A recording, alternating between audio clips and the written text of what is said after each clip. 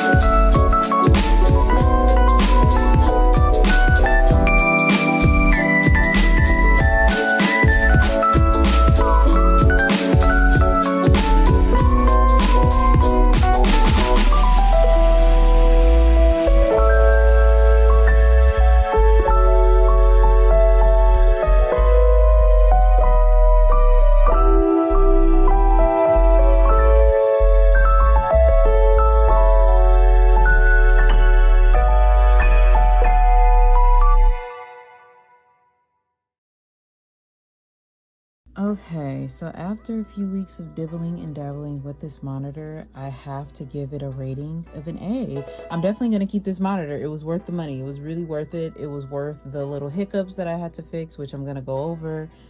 I have only about 2, maybe 2.5 cons about this entire monitor. And then I have a bunch of pros and then my comments. So the first con I had, ironically, was with the remote. Now, I love the remote. I love using it. I think that's just because I haven't used a remote for a drawing monitor in a long time, so it was really fun to mess with. However, I have the memory of a goldfish, so I really was not able to remember all of the shortcuts. So what I did was I just ended up ordering a label maker. I don't know in this video if I already have it for this draw with me because I'm recording this ahead of time. But if I did, I'll show a picture of how I labeled it. And if not, then I didn't do it yet because I haven't been using the shortcuts like that.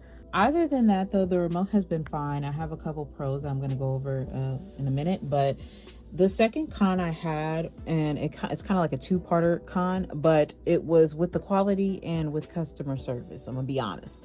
So when the first week of having this drawing monitor, the quality was really messing with me. It was really irking me, and I was genuinely considering just taking it back and getting my money back and just going right back to Huion for another monitor. But what I had to do is I had to go into the driver and just tweak the settings a little bit to my liking. And now the text blur is gone, the quality is amazing, and the colors are extremely sharp. I love it down. I've been comparing it to like the current drawing I'm recording right now. That is my OC that I actually was finna finish on my iPad, but I decided I kind of wanted to see how the colors would end up on this drawing monitor, and I'm loving it so bad.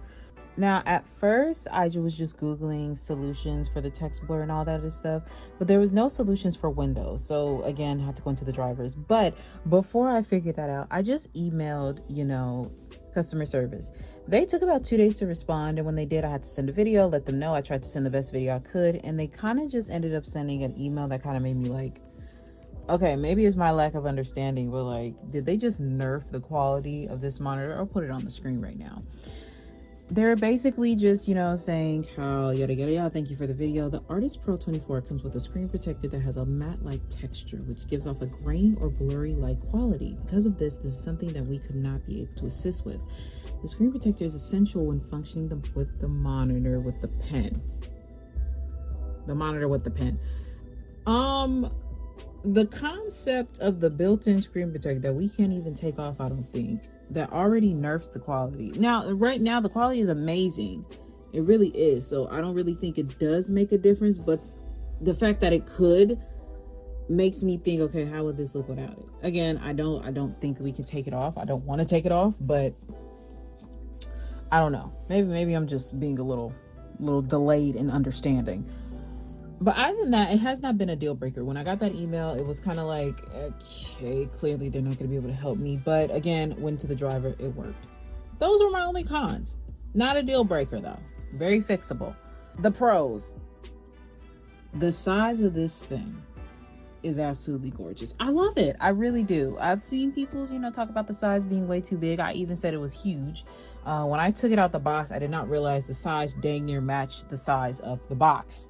But I don't hate it at all. This size really spoils you.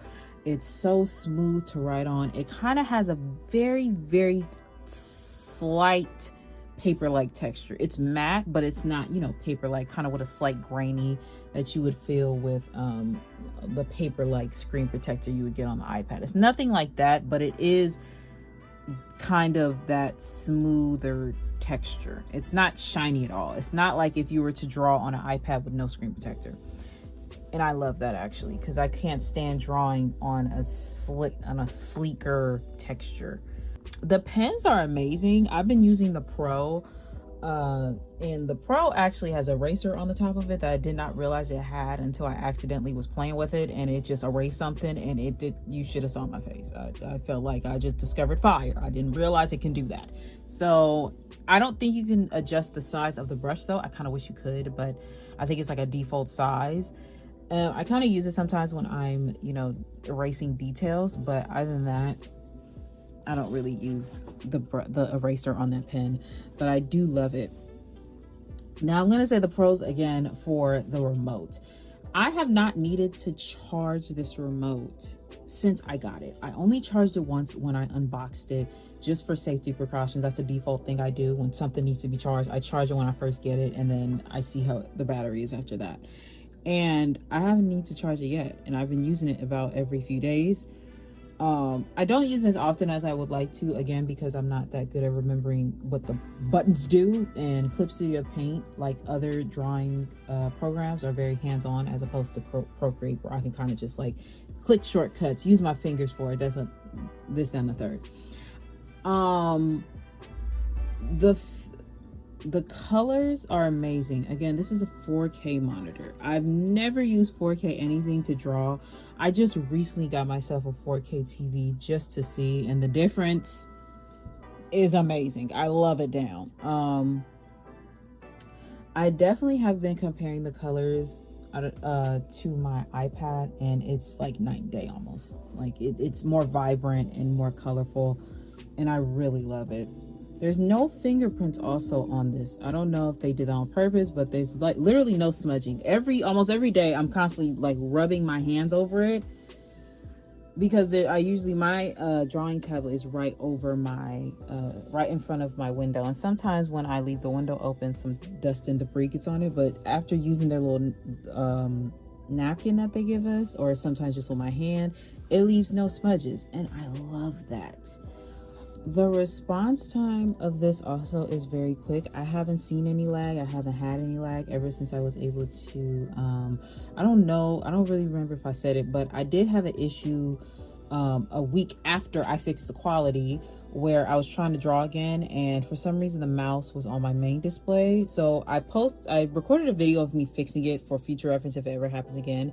When you go into your work area, make sure the main display that you're using for your drawing monitor is the drawing monitor itself, because if you have multiple displays, it may automatically make your main display, your main monitor, the one that you're supposed to draw on, and that's not the one you're supposed to draw on. So I have a video right here of me kind of like fixing it, so I can make sure that when I use the brush, it goes on top of it shows on the monitor, the drawing monitor, and not my main display.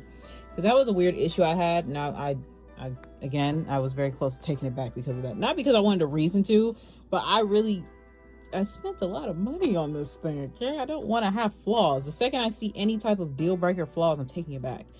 And I haven't seen any. Any issues I've had, I was able to solve it, and I really, really love this tablet. I honestly cannot wait to fully transition to drawing specifically on this monitor. I'm going to be honest, I love my iPad, I love Procreate, but ever since this iOS update came out, you know, the one with the glass, like that really big one, they changed the interface so badly on iPad that Procreate, and this just might be a skill issue, but Procreate is just not usable for me like that anymore. It freezes. There's been issues with the brushes. Sometimes I have to restart the entire application so it can unfreeze. It's really aggravating, and I don't like that. And then sometimes when I click on the top, the interface of the entire iPad will minimize the freaking application, and that irks me so bad, especially when I'm like locked in drawing. But I'm gonna finish these last few comics and, you know, unfinished art pieces on Procreate, and then completely transition onto my drawing monitor. I'm gonna do my comics, my commissions, even go back to 3D sculpting and animating. I used to do that in my early 20s, and I really want to go back to it. But I think that is about it. Oh, well, I have a couple more things. The arm mount. I really was hoping to have this a floating drawing monitor because I've been seeing some girlies do it like that, and I really want to do it. But I haven't found one that can properly keep holding the monitor up. I've had kind of a few scarring moments with drawing monitors where it would literally break the back of the monitor itself because it was not able to keep it up. So I'm going to find one that's stable enough to hold this up probably when I move, and I'm going to do it like that. But for right now, the stand is amazing. I haven't had no issues with the stand. It's been able to do the adjustments I need. It's been stable, and I think that also has something to do with my ergonomic desk. But overall, it hasn't been wiggly. I didn't want to replace it. I don't need to replace it with a different one. I'm completely satisfied with it. And yeah, I think that's about it. Overall, this drawing monitor is amazing. And I definitely see myself using more of XP Pen's products in the far future. Hopefully in the very far future, I don't need to ever, you know, replace this monitor anytime soon. Hopefully. Got a warranty for it though. Hello. But yeah, this was all my unbiased opinion. This is not sponsored. This was out of my pocket. This was just something I wanted to do because for a very long time, I'm so over trying to find like art videos of like, what program should I use? What drawing tablet should I get? And 90% of them are sponsored. No offense, like, get your money. I'm not hating. It's just, I don't really be trusting people's opinions on sponsored videos because they'll say this and hype up the product, but the next videos in the future, you never see them use the product again. So it's like, what is good? Now, I have been told by a couple mutuals that have been sponsored that sometimes they're only just sent it to try it out and then send it back. Understandable. But I think if I'm being sponsored by something and I genuinely like it, even if I have to send it back, I'm going to buy it. Like, that's like if Nintendo were have to sponsor me for a Switch 2 and I only could try it out and I had to send it back. If I really like the Switch 2, which I do, I would have just, okay, I'm gonna send it back, but I'm gonna definitely buy it when launch comes. You know what I mean? Does that make sense? I don't know. That's just me. That's just my personal opinion. I don't really care much for sponsored videos like that. So hopefully I could do more of these type of unsponsored, you know, reviews. But I think that's it. Also, thank you for almost 3K on YouTube. I've been doing mostly YouTube shorts, and that's kind of where most of my subscribers have came from. So thank you so much for that. Hopefully there's a vlog coming either before or after this video. I think after, probably. But yeah, I will see y'all when I see y'all. Hopefully this wasn't too long. But yeah, goodbye.